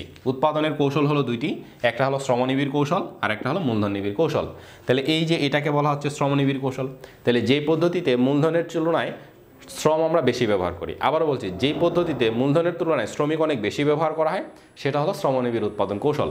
আর যেই কৌশলে বা যেই পদ্ধতিতে শ্রমের তুলনায় মূলধন বেশি ব্যবহার করা হয় সেই উৎপাদন কৌশলটাকে বলা হচ্ছে মূলধন নিবিড় কৌশল। অর্থাৎ যেই উপকরণটা আমরা বেশি ব্যবহার করি কৌশলের নামটা সেটা দিয়ে, শ্রম বেশি ব্যবহার করা হলে সেটাকে শ্রমনিবিড় কৌশল বলে, মূলধন বেশি ব্যবহার করা হলে সেটাকে মূলধন নিবিড় কৌশল বলা হয়। তাহলে এই উৎপাদনের কৌশল আমরা জেনে গেলাম যে উৎপাদনের কৌশল দুইটি, একটা হলো শ্রম নিবিড় কৌশল আর একটা হলো মূলধন নিবিড় কৌশল। এই তো অনেক সময় পরীক্ষা আসে যে উৎপাদনের কৌশল দুটি ব্যাখ্যা করো, বা শ্রমনিবিড় ও মূলধন নিবিড় উৎপাদন কৌশল বলতে কি বুঝো, অথবা এটাই কিন্তু MCQ থাকতে পারে, তোমাকে বলতে পারে যে এ বিন্দু কোন পদ্ধতি নির্দেশ করে আর বি বিন্দু কোন পদ্ধতি নির্দেশ করে, বা এ বিন্দুর উৎপাদন কৌশলটি কি অথবা বি বিন্দুর উৎপাদন কৌশলটি কি। তাহলে এ বিন্দুর উৎপাদন কৌশল হলো মূলধন নিবিড় কৌশল আর বি বিন্দুর কৌশলটা হলো শ্রমনিবিড় কৌশল। তো এবার আমরা এখান থেকে সৃজনশীল কোশ্চেনটা কীভাবে থাকতে পারে, উদ্দীপক কীভাবে থাকতে পারে সেটা দেখব এবং এরকম একটা প্রশ্ন সলভ করে আজকের মতো ক্লাস শেষ করব। তাহলে প্রথমে আমরা দেখি এটার উদ্দীপক কীভাবে থাকে।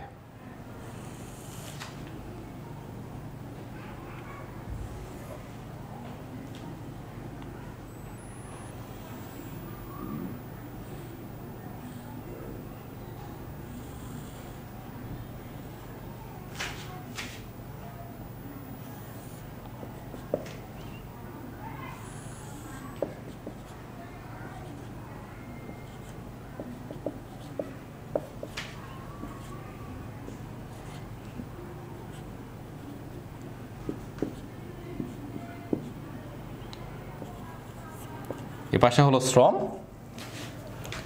আর এই পাশে দেখাই হলো আমরা মূলধন। এই যে এটা হলো আমাদের উদ্দীপক প্রশ্নের। এখান থেকে যে প্রশ্ন হয় যে উৎপাদনের কৌশল দুটি ব্যাখ্যা করো, এটাই একটা গণন কোশ্চেনে আসে যে উৎপাদনের কৌশল দুটি ব্যাখ্যা করো।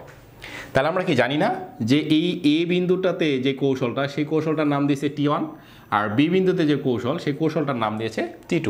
এখান থেকে যে রেখাটা টানছে T1 T2, যে রেখাটা টানছে, রেখাটা টানার তেমন কোনো অর্থবহ কোনো কারণ নাই। কারণ হলো যে এটা একটা কৌশলকে নির্দেশ করতেছে যেখানে শ্রম আর মূলধনের একটা নির্দিষ্ট অনুপাত আছে, এখানেও শ্রম আর মূলধনের একটা নির্দিষ্ট অনুপাত আছে।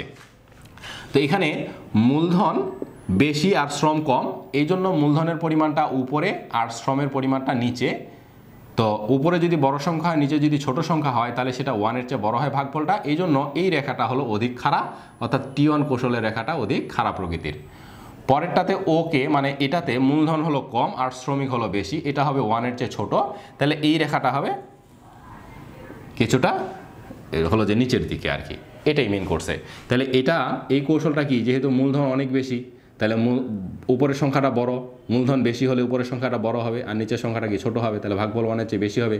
এটা হলো T1 কৌশল, তার মানে এটা হলো মূলধন নিবিড় কৌশল, আর এটা হবে শ্রমনিবিড় কৌশল।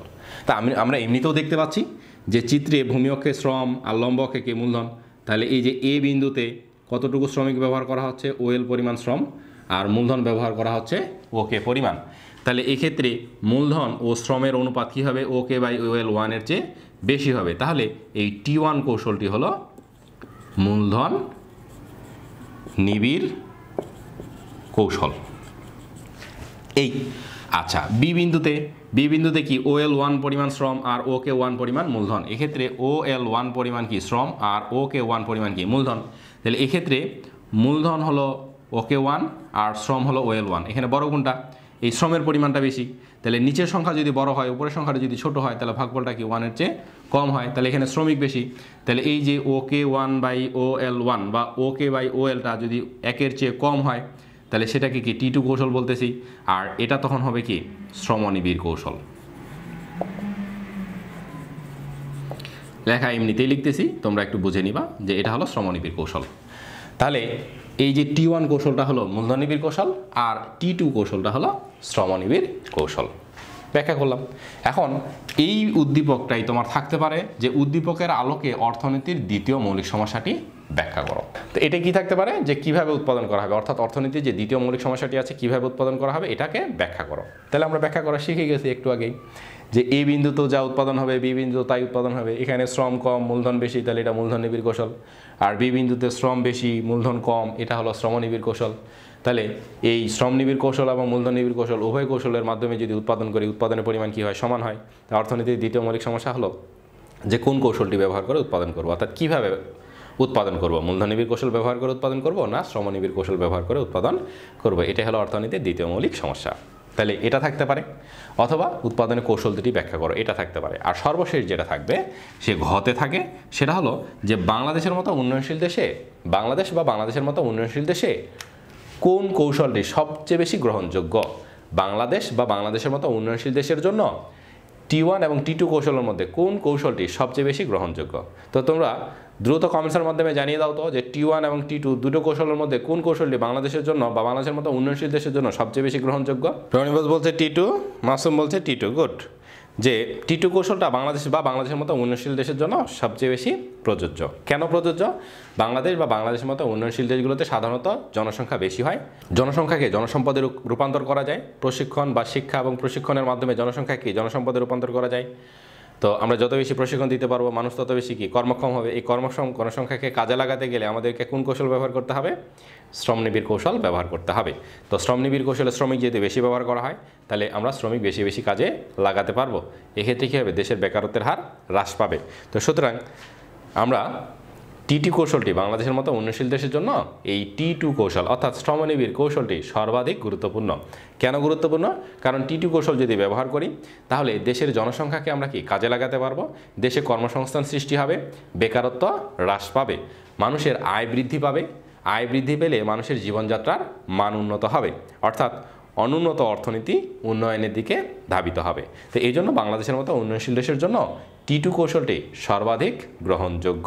তাহলে আবারও বলছি, এই যে সমোৎপাদন রেখার সাহায্যে কিভাবে একটা সৃজনশীল দিয়ে প্রশ্ন হয়, তো এটাই হবে তোমার উদ্দীপক। এই কৌশল T1 বা T2 এটা দাগ দেওয়া থাকতে পারে, নাও দেওয়া থাকতে পারে, এটাই হলো একটা উদ্দীপক। এখান থেকে তোমার প্রথম যে কোশ্চেনটা হতে পারে সেটা বলবে যে অর্থনীতির দ্বিতীয় মৌলিক সমস্যাটি ব্যাখ্যা করো। কিভাবে উৎপাদন করা হবে সেটা বলা না দিয়ে বলা থাকবে যে অর্থনীতির দ্বিতীয় মৌলিক সমস্যাটি ব্যাখ্যা করা। এক। দ্বিতীয় কোশ্চেন কি হতে পারে, যে উৎপাদনের কৌশল দুটি ব্যাখ্যা করো। চিত্রে কোন উৎপাদন কৌশলকে ব্যাখ্যা করা হয়েছে বা উৎপাদনের কৌশলগুলো ব্যাখ্যা করো। আর সর্বশেষ 3 নম্বরে থাকতে পারে যে উদ্দীপকে উল্লেখিত কৌশলগুলোর মধ্যে কোন কৌশলটি বাংলাদেশ বা বাংলাদেশের মতো উন্নয়নশীল দেশের জন্য সর্বাধিক গুরুত্বপূর্ণ, তোমার মতামত ব্যাখ্যা করো।